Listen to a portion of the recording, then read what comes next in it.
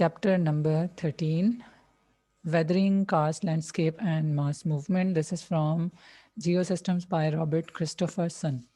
Okay, so if we look at the name of this chapter, there are a few new words for you. Weathering, and then second one is karst, and then mass movement. So let's see what weathering is. Weathering is simply defined as the process of breakup of rock. Rocks का टूटना weathering कहलाता है. Okay, we will discuss weathering a while ago in this chapter, a while later in this chapter in much detail. तो इसलिए अब हम second terminology की तरफ जाते हैं जहाँ लिखा है कार्स्ट लैंडस्केप. सो कार्स्ट लैंडस्केप्स ऐसी लैंडस्केप या ऐसे एरियाज जहाँ पर रॉक्स के अंदर मोर देन 80% लाइमस्टोन हो, तो उस लैंडस्केप को कार्स्ट लैंडस्केप कहा जाता है and it has very unique type of structure. Karst landscape की जो प्रॉपर्टीज़ होती हैं वो हमें दुनिया के किसी और एरिया के अंदर वो प्रॉपर्टीज़ नहीं मिलती because of this landscape thing. Some of you have scribbled on the screen by mistake. Okay, thank you. You have erased it. One of our teachers used to say, ये आज से 10-12 साल पहले की बात है कि she did not like touch phone क्योंकि according to her कि touch phone कहीं भी touch हो जाता है. So maybe शायद अभी जो scribble हुआ है वो इसी वजह से हुआ है. Anyways, तो टच फ़ोन का ज़रा ध्यान से यूज़ करना पड़ता है वरना कभी भी आप अनम्यूट हो जाते हैं या anything can happen. Anyways, so karst landscape ऐसी लैंडस्केप या ऐसे एरियाज जहाँ पर रॉक्स के अंदर मोर देन 80% लाइमस्टोन हो या कैल्शियम कार्बोनेट हो. Limestone is calcium carbonate. Then third terminology in this chapter is mass movement. Chapter name is mass movement, and mass movement means transfer of broken rocks. जो अभी मैंने आपको बताया कि weathering कहते हैं रॉक्स का टूटना, ब्रेकअप ऑफ रॉक या disintegration of rock. So this disintegration of rock, जब रॉक्स टूट रहे हैं तो एक फोर्स है जो दुनिया की हर चीज़ पे हर वक्त अप्लाई हो रही है and that is the gravitational force. So the movement of broken rocks under the force of gravity is called as mass movement. इसको mass wasting भी कहते हैं. mass wasting और mass movement, it is the movement or transfer of broken rocks under the influence of gravity.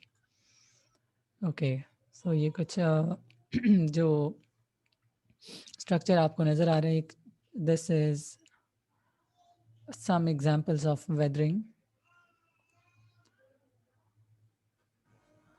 All right, so if we see further into this chapter, there's a terminology which is called as geomorphology. Okay, before that, अगर हम देखें तो here you see what are the things which we will discuss in this chapter. So here, this is the chapter summary or we can say main contents. So उसमें हम weathering की types को पढ़ेंगे, physical weathering, chemical weathering के weathering अंदर की change की वजह से हो रही है, rocks इंटरनल चेंज की वजह से रॉक्स टूट रही हैं या कोई फिजिकल उसमें एजेंट है जो कि रॉक्स को तोड़ रहा है. Okay, then we will discuss limestone regions यानी कार्स्ट लैंडस्केप. यहाँ पर दिस इज़ लाइमस्टोन रीजन, इसके कार्स्ट लैंडस्केप हम डिस्कस करेंगे. और फिर ये sinkholes, caves and caverns कहाँ पे बनते हैं वो हम देखेंगे. केव एक छोटा गार, कैवर्न बड़े गार को कहते हैं. And then we will discuss mass wasting, जिसको हम मास वेस्टिंग की अगर हम एक कॉमन एग्जांपल देखें तो उसको हम लैंडस्लाइडिंग कहते हैं कि लैंडस्लाइडिंग का जो प्रोसेस है वो मास वेस्टिंग है actually. So these are some of the contents of this chapter, some brief contents. Then geomorphology. Okay, when we are talking about weathering, karst landscape या हम बात कर रहे हैं मास वेस्टिंग की, तो these processes are actually defining, redefining, shaping और reshaping the surface of earth. कि दुनिया की, स्पेशली हम कॉन्टिनेंट्स की बात करें, क्योंकि समंदर के अंदर भी प्रोसेसेस हो रहे हैं, but we are not generally related to the features inside the sea surface, but जो कॉन्टिनेंट्स के ऊपर है, लैंड के ऊपर जो फीचर्स हैं वो हमें दिखते हैं, ईजी एक्सेस में रहते हैं। So when we talk about the surface of earth, तो उसके अंदर डिफरेंट फीचर्स हैं और वो फीचर्स बनाते हैं लैंड फॉर्म्स, दुनिया की शक्ल या ज़मीन की शक्ल। एक आसान लफ्ज़ों में हम ये कह सकते हैं कि ज़मीन की शक्ल। So when we study the forms in the land, जब हम लैंड फॉर्म्स की स्टडी या एक्सटर्नल स्ट्रक्चर को हम पढ़ें, तो उस साइंस को हम कहते हैं geomorphology. It's over here. Jio means earth, morph means structure या शेप, लॉजी मीन्स स्टडी। सो अर्थ's shape और form study is called as geomorphology। Book में यहाँ आप सामने देख सकते हैं लिखा है science of land form. Geomorphology is the science of land forms, के ज़मीन की शक्ल किस किस तरह से चेंज हो रही है, या जब ज़मीन की शक्ल में कौन कौन से फीचर्स हैं, दैट स्टडी इज जियोमॉर्फोलॉजी। और इसके अंदर हम ये भी पढ़ते हैं कि कोई फीचर कहाँ से ओरिजिनेट हुआ, इनिशियली उसकी क्या शक्ल थी, बाद में क्या उसकी शक्ल हुई, और दुनिया में कहाँ कहाँ पे कौन कौन से फीचर्स पाए जाते हैं।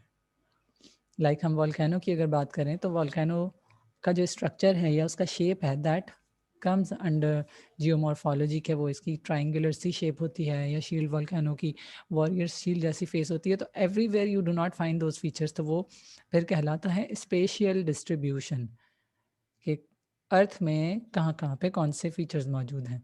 फिर हम लाइमस्टोन फीचर्स की बात करें, कार्स्ट लैंडस्केप की, तो everywhere we do not have karst landscape. So these are in some specific areas. इसी तरह कोस्टल फीचर्स हैं, अगर तो वो कोस्टल फीचर्स आपको पंजाब में नहीं मिलेंगे, आपको कोस्टल फीचर्स कराची में मिलेंगे। So that's what spatial distribution is. Okay, then geomorphology के अंदर एक इम्पॉर्टेंट टर्मिनोलॉजी है which you can see highlighted over here. It's denudation. So what denudation is? Denudation is the process which wears away or rearranges landform. हर वो process जो किसी landform को modify करे या किसी लैंडफॉर्म को बनाए, वो प्रोसेस कहलाता है denudation process. Okay, so what are the different things included in denudation? के डेन्यूडेशन एक्चुअली कर क्या रहा है कि जिसकी वजह से लैंडफॉर्म मॉडिफाई हो रही है, एक्सक्यूज मी, कि वो मॉडिफाई क्यों हो रही है?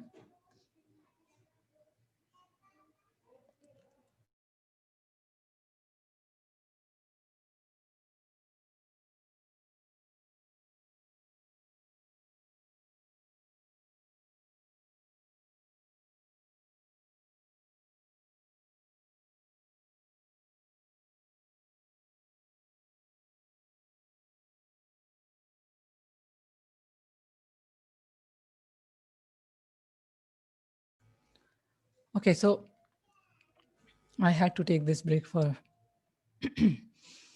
anyways. So डेन्यूडेशन की हम बात कर रहे थे कि व्हाट डेन्यूडेशन इज, ये वो प्रोसेस है जो लैंड फॉर्म्स को रीअरेंज करे, रीशेप करे, या उसको ख़त्म करके उसकी शक्ल को मॉडिफाई करे, चेंज करे। सो कौन कौन से प्रोसेसेस डेन्यूडेशन के अंदर शामिल हैं? So these are highlighted over here. Weathering, mass movement, erosion, transportation and deposition. Weathering की हमने अभी बात की। Weathering means breakup of rocks, तो जब रॉक्स टूटें that is weathering.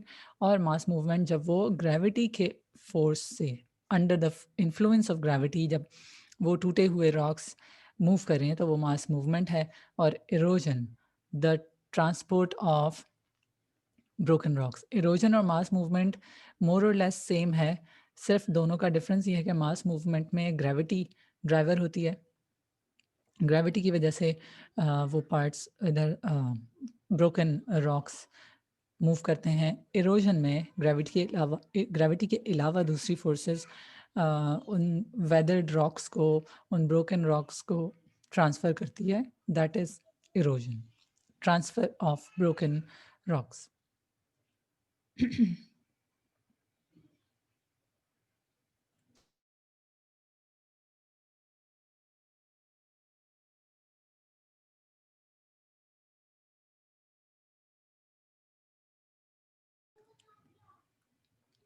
Then transportation is transportation.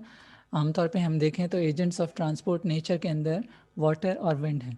Water and wind are the greatest agent of transportation in nature. So land denudation में जो ट्रांसपोर्टेशन है वो किस वजह से है? पानी की वजह से, दरियाओं की वजह से, स्प्रिंग्स की वजह से और विंड की वजह से, हवा। एक तीसरा एजेंट है ट्रांसपोर्टेशन का, दैट इज़ ग्लेशियर। लेकिन ग्लेशियर की मूवमेंट काफ़ी स्लो होती है कंपेयर टू वाटर मूवमेंट और wind movement. Wind is fastest and then water, then glacier. Then the last phenomenon in denudation is deposition. Obviously, when something is broken, then it is transported, और एक point ऐसा आएगा कि कहीं ना कहीं वो चीज़ डिपॉजिट होगी, वो चीज़ डंप आउट होगी। तो दैट प्रोसेस इज डेपोजिशन। तो यही deposition, transportation, weathering, mass movement, ये सारे प्रोसेसेस ऑल्टरनेटिवली चलते हैं, तो फिर डेनुडेशन होता है। डेनुडेशन में क्या है कि लैंड फॉर्म्स अपनी शक्ल तब्दील करते रहते हैं, और ये शक्ल की तब्दीली दोबारा से चैप्टर 11 का जो सब पहला टॉपिक था, the dynamic earth, it contributes to that. So every topic is related to dynamic earth in this. बल्कि अर्थ के अंदर जो भी चेंज आ रहा है, जो मुस्तकिल है, जो कंटिन्यूसली होता है, that contributes to the earth as a dynamic planet. Okay, so this is denudation. Now we have a terminology which is dynamic equilibrium. अभी डायनामिक अर्थ की बात की तो फिर साथ में जिक्र आया डायनामिक इक्विलिब्रियम का। So what is dynamic equilibrium?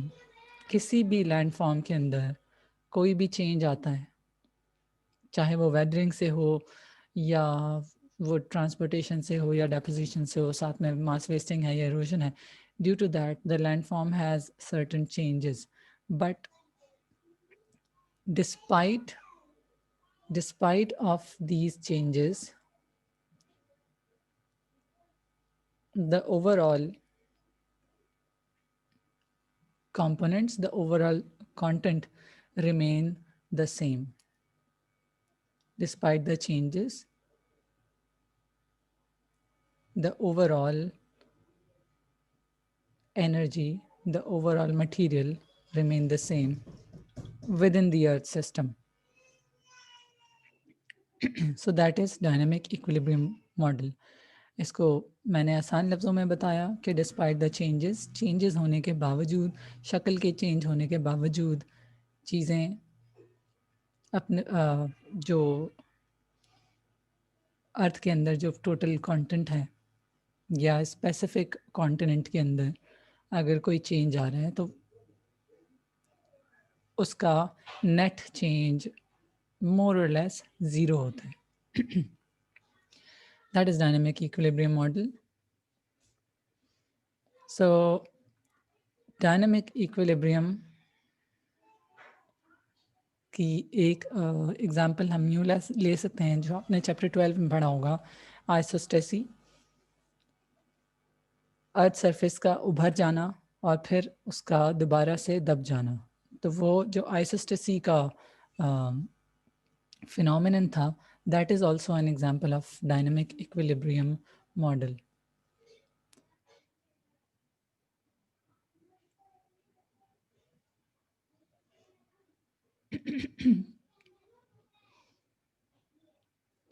Dynamic equilibrium के लिए हम एक एग्जांपल छोटी सी ले सकते हैं, वो ये कि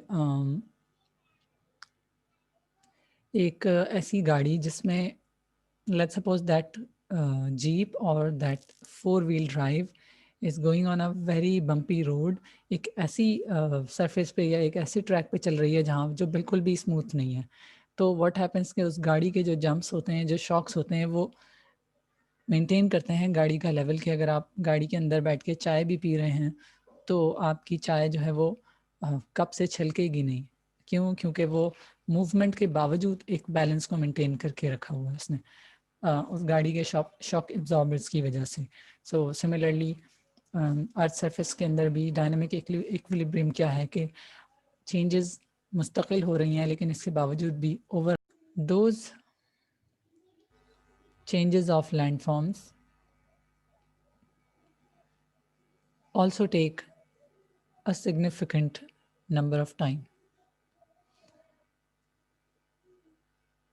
लेकिन अगर हम कंपेयर करें कि लैंडफॉर्म्स की चेंजेस का और टेक्टोनिक चेंजेस का, तो tectonic changes take longer time while the changes in landscape it takes comparatively shorter time। हो सकता है 1 साल 2 साल या का 5 साल 10 साल। तो इन ह्यूमन लाइफ स्पैन के अंदर कहीं कहीं पे हम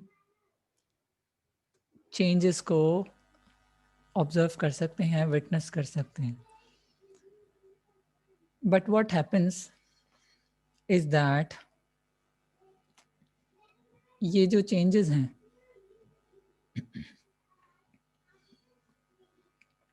इस चेंज के बीच में, चेंज के दौरान एक टाइम आता है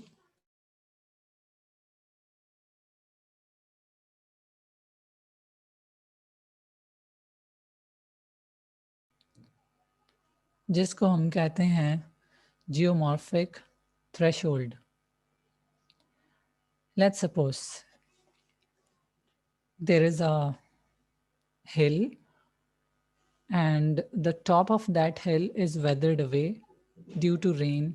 बारिश हुई या कोई एक पॉइंट ऐसा आया कि उसका टॉप पार्ट घिस गया, वेदर हो गया या उसमें वेदरिंग हो गई। अब हिल की एक नई शक्ल या शेप उसकी स्लाइटली चेंज हो गई, राइट। और वो जो ब्रोकन पार्ट्स थे वो बारिश के पानी के साथ दैट फ्लू डाउनवर्ड्स, उस पहाड़ी से वो नीचे चले गए। अब हिल की जो नई शक्ल है, थोड़े टाइम तक उस शक्ल में कोई चेंज नहीं आएगा, चाहे मज़ीद बारिश भी हो जाए। That hill will try to resist the change. लेकिन एक टाइम ऐसा आएगा कि वो हिल टॉप रेजिस्ट नहीं कर सकेगा और उसके मज़ीद हिस्से टूट जाएंगे। So the point where the resistance stops, जहाँ पे रेजिस्टेंस कमज़ोर पड़ जाए, जहाँ पे कोई भी फीचर अपने आप को अपनी ओरिजिनल स्टेट में या अपने इक्विलिब्रियम को मेंटेन नहीं कर सके, क्योंकि जो फोर्स उस पर अप्लाई हो रही है या जो एनर्जी उस पर अप्लाई हो रही है उसकी पावर ज़्यादा है। उस पोजीशन को हम कहते हैं geomorphic threshold. The limit at which any landform gives up, the limit at which any landform gives up against change। Equilibrium में क्या है, वो अपने आप को चेंज करने से रोकता है। That landform tries to remain the same. थोड़े टाइम तक वो ये काम कर सकता है, लेकिन एक वक्त ऐसा आता है कि जब वो चेंज को रेजिस्ट नहीं कर सकता। उस पॉइंट को हम कहते हैं जियोमॉर्फिक थ्रेशोल्ड। और जब जियोमॉर्फिक थ्रेशोल्ड आता है तो it the landform changes. Change होने के बाद उसमें दोबारा से इक्विलिब्रियम आता है। So that is the new equilibrium and this process goes on. पहले इक्विलिब्रियम को मेंटेन किया, अपनी शेप को और अपना जो स्ट्रक्चर था एक लैंडफॉर्म ने, हम लैंडफॉर्म की इस वक्त एग्जांपल ले रहे हैं एक हिल या कोई भी एक पहाड़ी। सो वो चेंज को रेजिस्ट करेगा, अपना इक्विलिब्रियम मेंटेन करेगा, लेकिन एक टाइम ऐसा आएगा, उस टाइम को हम कहते हैं जियोमॉर्फिक थ्रेशोल्ड, जब वो चेंज को रेजिस्ट नहीं कर सकेगा और अल्टीमेटली वो अपने आप को चेंज करेगा। जब वो नया चेंज आ जाए तो उस स्टेज को हम कहते हैं new equilibrium. And after that new equilibrium for some times it remains the same, और फिर थोड़े टाइम के बाद वो दोबारा से थ्रेशोल्ड आएगा, फिर इक्विलिब्रियम आएगा, and that cycle goes on and on. तो अभी तक हमने बात की जियोमॉर्फोलॉजी की, हमने डेन्यूडेशन की बात की, कार्स्ट लैंडस्केप आपको बताया, और वेदरिंग, फिर erosion, deposition, transportation, then with that अभी हमने बात की डायनेमिक इक्विलिब्रियम और geomorphic threshold. Now the next topic is slope. You can see over here. So slope is actually the angle between two different elevations. The angle between two different elevations. Slope वहीं बनेगी जहाँ पर elevation का difference आए.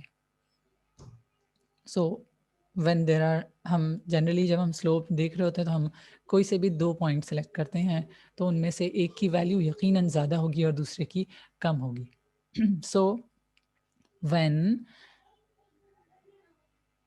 We measure the distance, क्योंकि जब height का difference आया और उन दोनों एलिवेशन या हाइट को हमने जब कोशिश की कि कनेक्ट करें किसी भी स्ट्रेट लाइन से, या क्योंकि ज़मीन की बात कर रहे हैं तो 2 पॉइंट्स के बीच में यकीनन कुछ ना कुछ रॉक्स या स्ट्रक्चर होगा, so that has certain angle.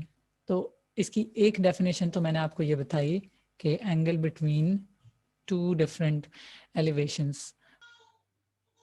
Okay, we have discussed geomorphic threshold and dynamic equilibrium model. Now the last topic for today will be slope. So slope can be defined as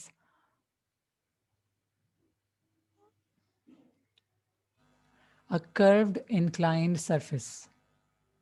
और slope हमेशा हमें ऐसी जगह पे मिलेगा जहाँ पे elevation differences हो, 1 point is high 1 point is low, तो दोनों के बीच में जो स्ट्रक्चर बने, जो फीचर बने, वो स्लोप है। Slope is also called as hill slope, और slopes are found at boundaries of landform. दुनिया में किसी भी किस्म का लैंडफॉर्म हो तो उसकी बाउंड्री पर हमें लाजमी स्लोप मिलेगा। अगर स्लोप नहीं होगा तो वो लैंडफॉर्म चेंज नहीं होगा, या लैंडफॉर्म की बाउंड्री वो बन ही नहीं सकती। So we can say there is a hill, तो हिल एक लैंडफॉर्म है, और हिल की जो बाउंड्री है, हिल का जो एज है, वहाँ पर आपको लाजमी स्लोप मिलेगा। कोई क्लिफ है तो उस क्लिफ की बाउंड्री पर भी आपको स्लोप मिलेगा। फिर कोई प्लेन एरिया है, प्लेन एरिया कहीं ना कहीं तो ख़त्म होगा, तो उस जहाँ पे प्लेन एरिया ख़त्म हो रहा है वहाँ पर भी आपको स्लोप मिलेगा। सो स्लोप्स आर एवरीवेयर, और and sometimes slopes are called as basic unit of elevation. Basic unit of elevation. Okay, so now we will see the parts of a common slope. एक slope जो कि एक typical slope कहलाता है, उसके 4 parts होते हैं. The names are highlighted over here. You can see the first one is waxing slope. The second one is a free face. Third is a debris slope. And fourth one is vanning slope. So these are 4 parts of a typical slope. And how these part look like, let's see. Waxing slope is the topmost part of a slope. So this one, this top part over here, This is a waxing slope, and this is kind of a head of a slope. Okay, and it has a convex surface. Convex surface कहते हैं ऐसी surface जो बाहर की तरफ को उभरी हुई हो. So this is the waxing slope, और waxing slope के फौरन बाद एक छोटा सा पार्ट होता है which looks like the neck of the top. यानी आप यूँ समझे कि अगर इस स्लोप का ये सर है waxing slope, तो उसकी गर्दन, that neck is called as the free face, जो आमतौर पे काफ़ी steep होती है. So this is free face, and after free face एक gentle part जो स्लोप का बहुत बड़ा पार्ट होता है, that part is called as a debris slope. And then the last part जहाँ पर स्लोप ख़त्म हो जाता है, उसके बाद ज़मीन या तो प्लेन हो जाती है या वहाँ पर कोई दूसरा फीचर स्टार्ट हो जाता है. So that last part is called as a waning slope.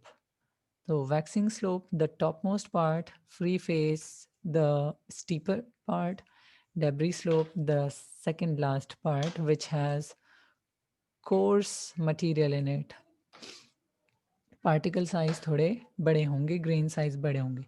And then we have the waning slope, where we have finer materials, smaller grain sizes. Okay, so waxing slope and the free face are the weathering spots, जहाँ पे ज़्यादा weathering आपको मिलेगी. फिर debris slope जो है वो transportation वाला पार्ट होता है, जहाँ से मटेरियल जहाँ ठहरता नहीं है बल्कि वहाँ से वो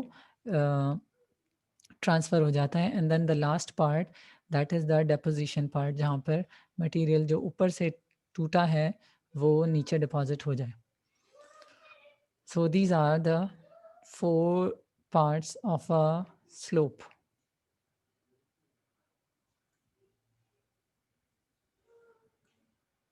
And for today, we will end it here. And if anybody has any question, you may ask the question.